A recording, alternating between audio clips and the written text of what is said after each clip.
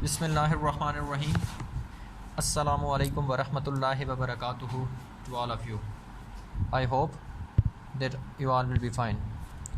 So, dear students, as you know very well that in the previous lecture we have completed our unit number 13, that was Ibn Sina, a great Muslim scientist. So, today we are going to discuss its exercise. So, before starting exercise, the first thing you will have to do is open your books from page number 126. Open your books from page number 126. Take a pen or pencil in your hand.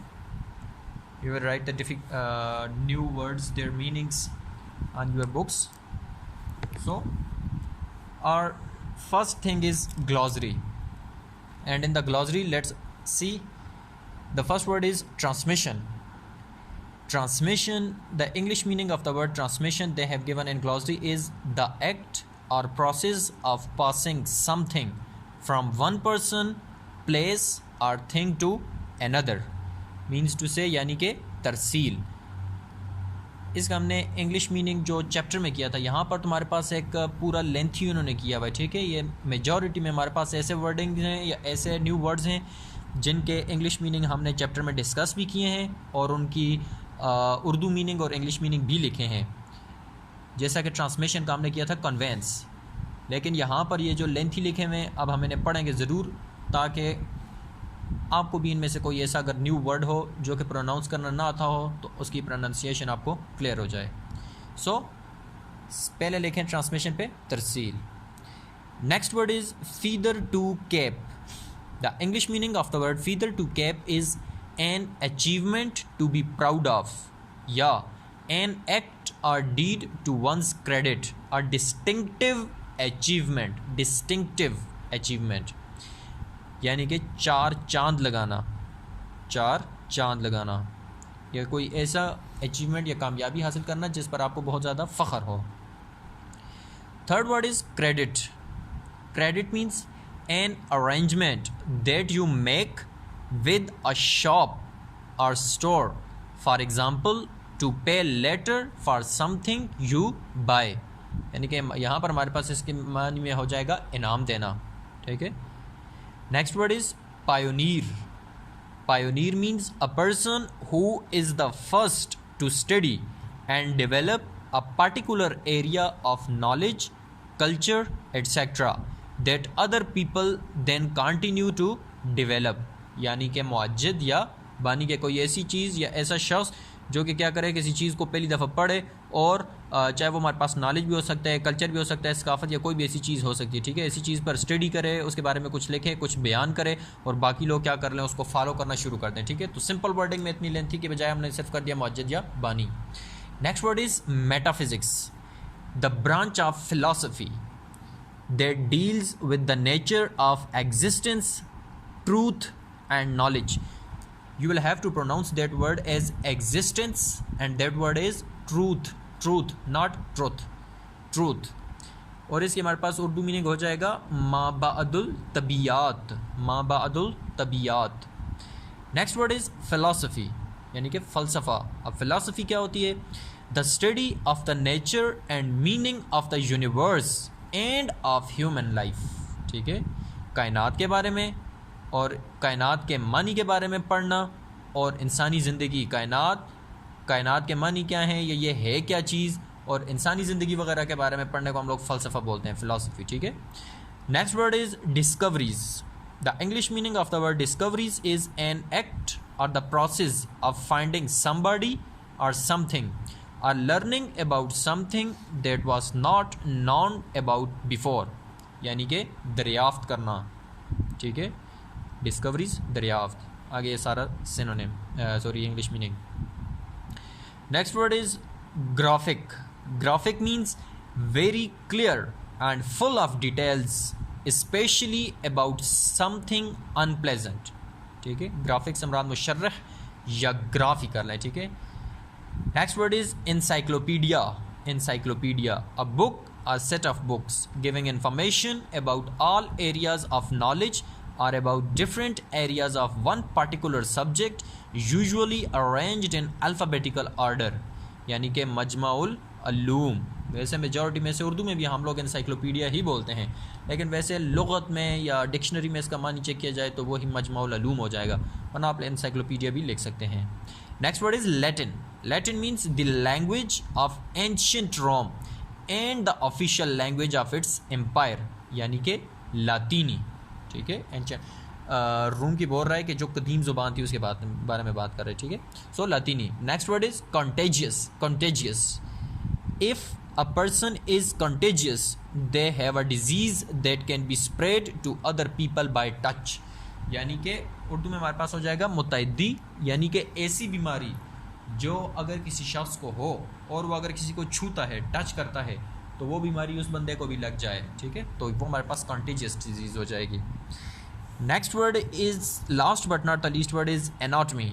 Anatomy, the English meaning of the word anatomy is the scientific study of the structure of human or animal bodies, यानी कि तशरीहुल अब्दान। ठीक है, कल इसका मैंने आपको English meaning एक और शॉर्टकट भी बताया था। सो ये हमारे पास थी ग्लॉसरी। ये आपने क्या करना है, इसमें से पेज में से सिर्फ ये जो उर्दू मीनिंग हमने मेंशन किए हुए बुक पे, ये आप भी सिर्फ बुक पर ही मेंशन करेंगे। ठीक है, इसके बाद moving towards the next page, page number 127, exercise, and in the exercise the comprehension questions answer the following questions.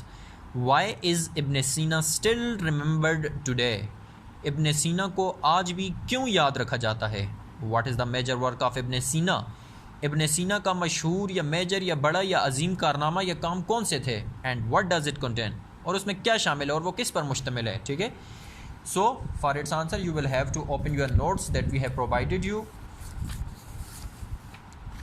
these notes. so in notes को ओपन करें और यूनिट 13 देखें। अब इन क्वेश्चंस की मैं आंसर मैं आपको उर्दू के साथ क्लियर कर रहा हूँ ताकि आपको याद करने में आसानी हो। क्या बोल रहा है कि सवाल मैंने आपको समझा दिया था, अब आंसर में देखते हैं कि Ibn Sina is the greatest Muslim scientist. Ibn Sina एक अजीम तरीन मुसलमान साइंसदान है। So he is still remember today, पास या लिहाजा उसे आज भी याद रखा जाता है। His major work is Al Qanun, that's a great book on medicine.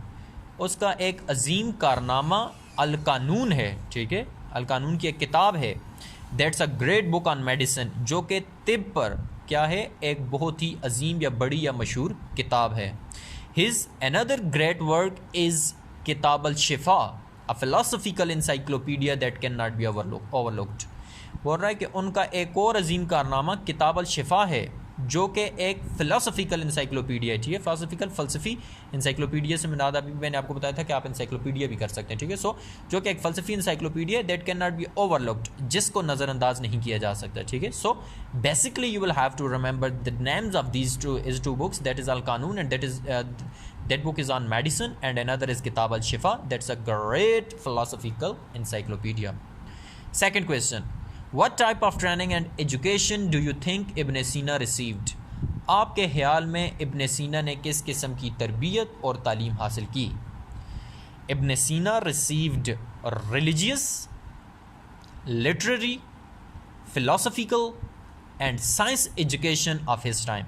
इब्न सीना ने मजहबी, लिटरेरी अदबी, फ़िलासफ़िकल फ़लसफ़ी and science education of his time, और अपने वक्त के साइंसी इल्म पर भी क्या की, महारत हासिल की या साइंसी इल्म को भी क्या किया, हासिल किया।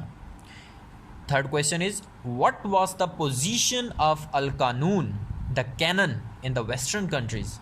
ये हमने कल भी पढ़ी थी। ठीक है, कल या प्रीवियस डे में मैंने आपसे कहा था कि ये क्वेश्चन आपको माइंड में रखना होगा। सो बोल रहा है कि मगरबी ममालिक में जो आपकी किताब थी अल कानून, जिसे द कैनन भी कहा जाता है, ठीक है, तो उसकी क्या पोजीशन थी, यानी कि कितनी इंपॉर्टेंस उसे हासिल थी? तो क्या बोल रहा है आंसर में, Al Qanun was a reference book for medical studies और medical students in the universities of Europe for many centuries. उसकी अहमियत हमें इस बात से ही पता चलती है कि अल कानून एक हवाला कुतब थी, किन के लिए?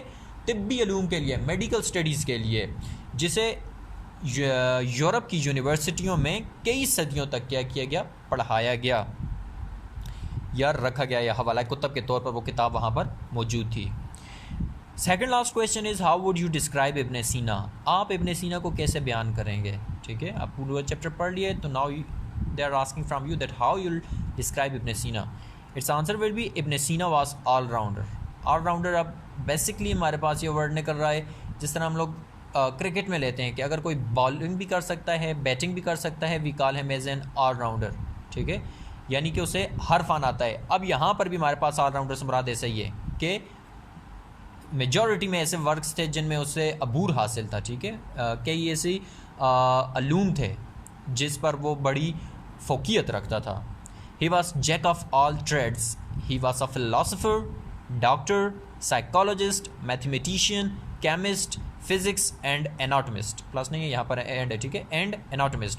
ये सब आपको पता है कि ये हमारे पास टर्म्स हैं। तो फ़िलासफ़र को फ़लसफ़ी भी बोल सकते हैं, डॉक्टर भी होता है, साइकोलॉजिस्ट है या माहिर नफ्सियात भी बोलते हैं, मैथमेटिशियन को रियाजीदान या मैथमेटिशियन भी बोलते हैं, केमिस्ट को कीमियादान या केमिस्ट भी बोल सकते हैं, फिज़िक्स नहीं है, फिजिस्ट है, ठीक है, ये प्लस नहीं है, फिजिस्ट है, PHYSICST, फिजिस्ट एंड एनाटॉमिस्ट, ठीक है, वो एक फिजिस्ट भी थे और एनाटॉमिस्ट भी थे।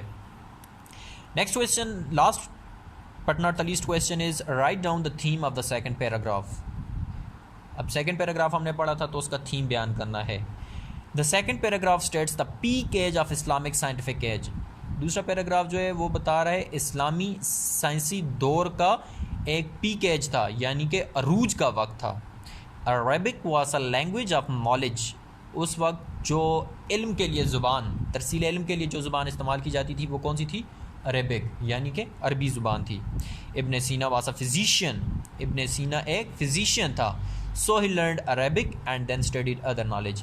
बस उसने क्या किया, अरबी ज़ुबान सीखी और तब दूसरे अलूम पर क्या किया, महारत हासिल की, या तब दूसरे अलूम को भी हासिल किया, जिनमें ये फिजिस्ट वगैरह या बाकी जो आपने अभी पढ़े, टिप वगैरह, मेडिकल, ये सब उसने सेकंड अटैम्प्ट में किए। पहले उसने क्या किया, अरेबिक पढ़ी, अरेबिक सीखी। सो ये बेसिकली हमारे पास सेकंड पैराग्राफ में जो मेन पॉइंट्स या आप लोग बोल सकते हैं थीम था वो यही था। अब क्वेश्चंस के बाद हम लोग बढ़ते हैं जी अपने आज के लास्ट क्वेश्चन की तरफ, that is respond to each statements by writing an explanation as to why you agree और डिसएग्री। एग्री का मतलब होता है रजामंद होना और डिसएग्री का मतलब होता है ना रजामंद होना, ठीक है, राजी ना होना। सो बातें अब आपसे पूछेगा और नीचे आपसे पूछ रहा है कि आई एग्री, अगर एग्री हो तो क्यों हो, रीज़न लिखनी है, और अगर डिसएग्री हैं आप तो क्यों है, रीज़न लिखें। First one is Ibn Sina was a great Muslim scientist. Ibn Sina एक अजीम मुसलमान साइंसदान था। अब आगे पूछ रहा है आई एग्री या डिसएग्री बिकॉज। अब ऑब्वियसली वो थे तो हम लोग एग्री हैं इस बात से, तो हमने क्या किया, एग्री पे छोटी सी टिक लगाई। अब बिकॉज के आगे हमने क्या करना है, इसकी रीजंस लिखनी है। क्योंकि he has great contribution in the field of science, क्योंकि आपने साइंस के शोबे में आपका बहुत बड़ा किरदार है। He was master in all fields of science.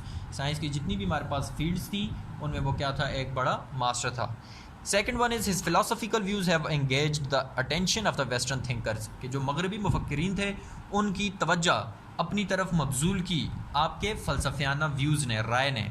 तो इस बात से भी हम लोग एग्री हैं, एग्री पे टिक लगाएं बिकॉज, क्योंकि western translated is books into Latin, क्योंकि मगरबी जो थे उन्होंने क्या किया, आपकी इन किताबों का लातीनी ज़ुबान में तर्जुमा किया and then studied for 500 years, और फिर उसे तकरीबन 500 साल तक पढ़ा। So basically these things tells us that the western thinkers have too much engaged his philosophical views, यानी कि वो उसके फिलोसफिकल व्यूज़ को बहुत ज़्यादा अहमियत देते थे या उनकी किताबों की बहुत ज़्यादा अहमियत थी।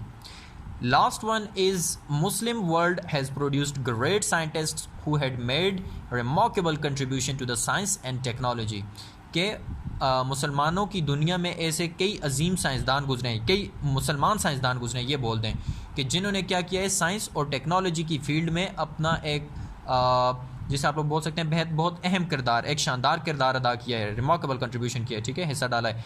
तो इस बात से भी हम लोग क्या करते हैं, मुत्तफिक हैं, आई एग्री, टिक लगाया। बिकॉज के बाद क्या लिखेंगे, modern science and technology became possible due to their work, क्योंकि आपको कि जो जदीद साइंस और टेक्नोलॉजी वगैरह है ये किसकी वजह से मुमकिन बनी है, मुसलमानों के काम की ही वजह से मुमकिन बनी है। क्योंकि आप लोगों को पता है कि स्टार्ट में हमारे पास मुस्लिम साइंटिस्ट ही थे जो कि ये मुख्तलिफ़ किस्म के एक्सपेरिमेंट्स करते थे और नई नई चीज़ों को क्या करते थे, ईजाद करते थे या कुछ भी वो करते थे। उसके बाद आगे अब ये अंग्रेज़ों का थोड़ा दौर हुकूमत आया वगैरह, और फिर